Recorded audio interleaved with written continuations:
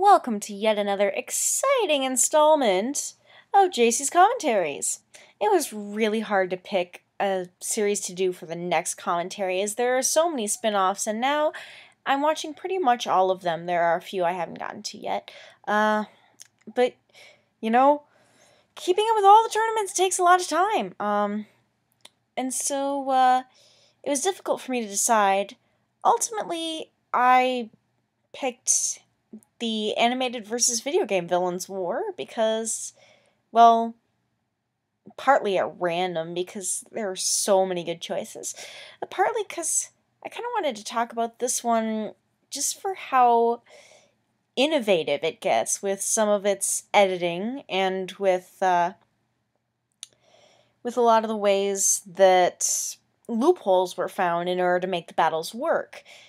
Fun fact, this is originally conceived as just going to have characters from different mediums blending and fighting each other, CG characters fighting 2D characters, but to keep in the tradition of the new levels of consciousness, the creators of this war, Epic Kirby of Epic Kirby Commentary and Toon Master 7, decided to actually find ways to get only CG villains to fight CG villains, and 2D villains to fight 2D villains, and even do a little bit of fun stuff with the live-action dimension.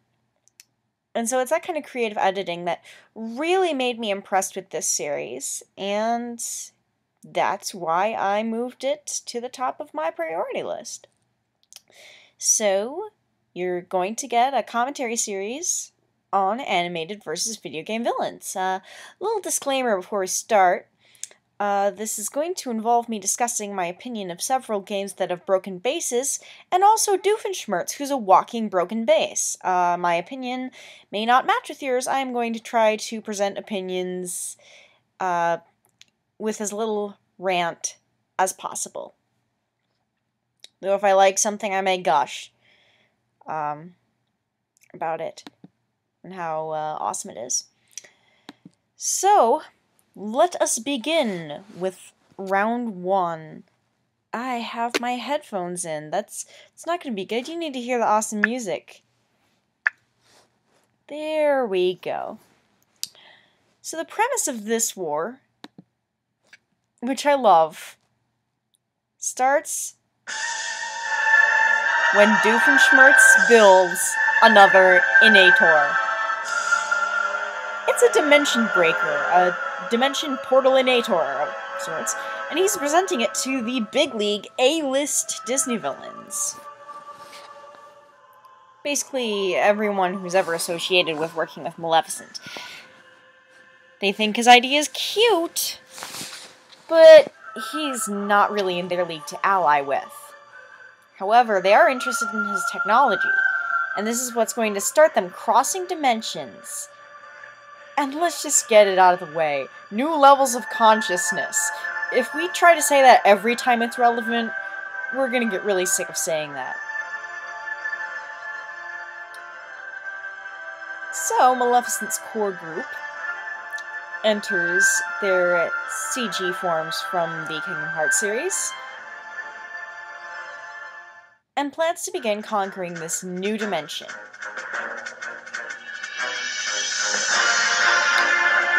Hades' first match, Hades always goes first in tournaments, is very fittingly Zeus from the God of War series, which is increasingly becoming a guilty pleasure of mine to watch Let's Plays and walkthroughs of. It's like, what impresses me about it is that it's so brilliantly designed. Like, look at that. Somebody had to draw all that as concept art at some point or another.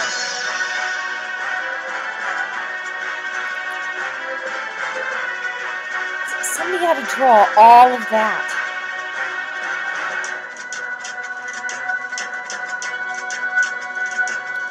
But Hades just does not have luck with any Zeus in any dimension ever, and is humiliated by yet another Zeus.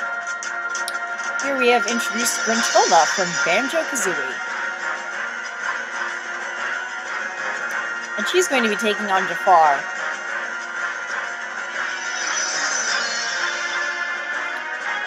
Banjo-Kazooie, I think, is one of those things that's, you know, more just plain fun than anything else. You don't really take it seriously. You don't need to take it seriously. Jafar, on the other hand, is something you take very seriously in every tournament, ever. I don't think there's a single tournament where Jafar is not a total boss.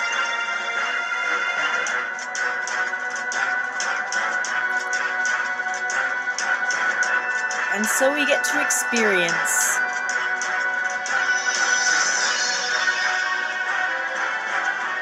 the loveliness that is Gruntilda's overkill death, which I'm sure is done as an homage to Gruntilda's over the top, struck by lightning, falls off a cliff, crushed by a boulder.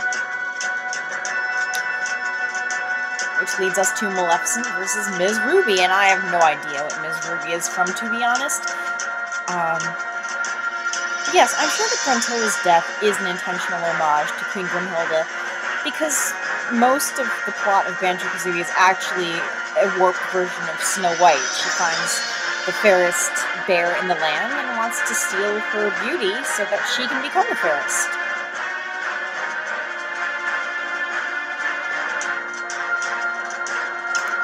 This round mostly focuses on Maleficent's core group, basically establishing them and getting their character arc started. A few more random characters from other sources will be introduced later, and factions will begin to build then.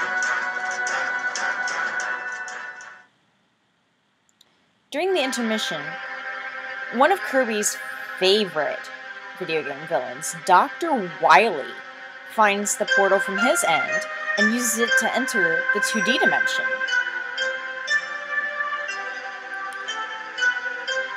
Meanwhile, I think this tournament has the best Pete. Yeah, I'm sure of it. Because what they've done here is actually made Pete into the commander of all Heartless. You can see the tons of potential that this has, and they use it to its very best. As soon as Pete gets his new powers, he finds a challenger, King Dedede. If that isn't one of the most fun names to say, ever. King Dedede.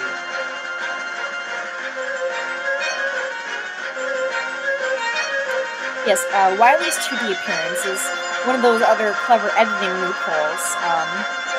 Kirby and Toon Master actually went through a lot of game-based cartoons, some good, some not so good. I remember them complaining horribly about having to sit through Darkstalkers in order to get not only a bigger roster for those who didn't have much cinematic footage in their games, and to find 2D forms for CGI characters.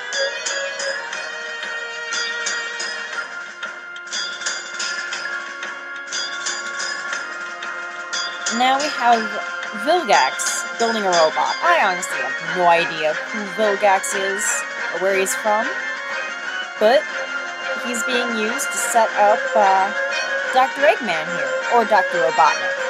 I don't know, I personally prefer Robotnik. He's listed as Eggman in the description here. Yeah, it's worth noting that while I haven't memorized exactly who made which battles, Kirby and Toon Master did do a joint effort on this. Each of them has made a certain amount of battles for this tournament. And Vilgax's robot is huge and is awesome. But Robotnik is never out of mechs. I'm not entirely sure whether I'm going to be calling him Robotnik or Eggman during the whole thing. Well, they'll just have to play out. I was going to say that, out of all the tournaments, this one had probably some of the best, early on cropping and color filters. Okay, Dr. Wily is challenging Norton Nimno. You know, kind of a cult favorite.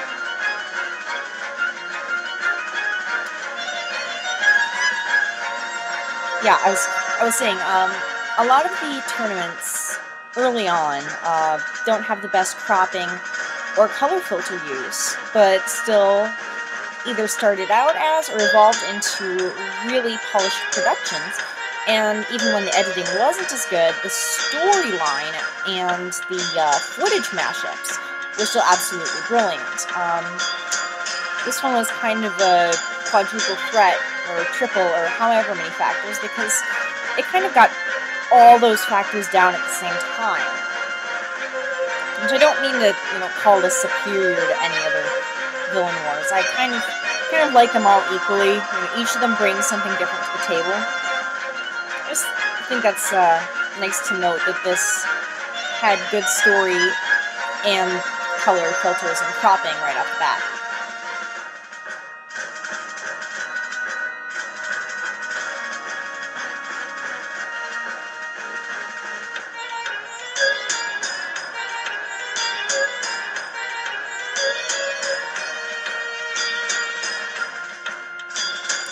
Seems it's Nimble may not escape so easily.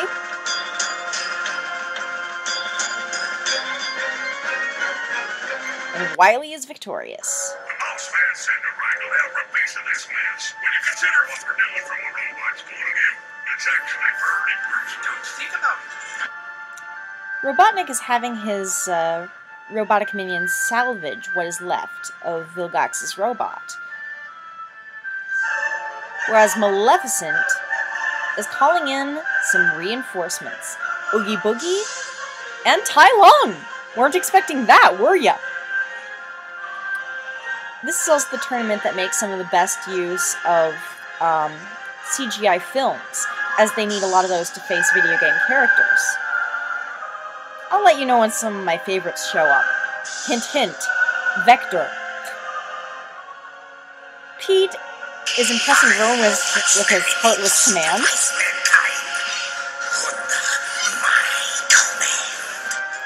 Dr. Wily, creating robots. And Hades and Pete make a rather interesting discovery. The underworld in the CG dimension has a river Styx that flows right into one of the 2D dimension. So basically, everybody dies and goes to the same afterlife. And Chaos from Dissidia is waiting for things to get chaotic.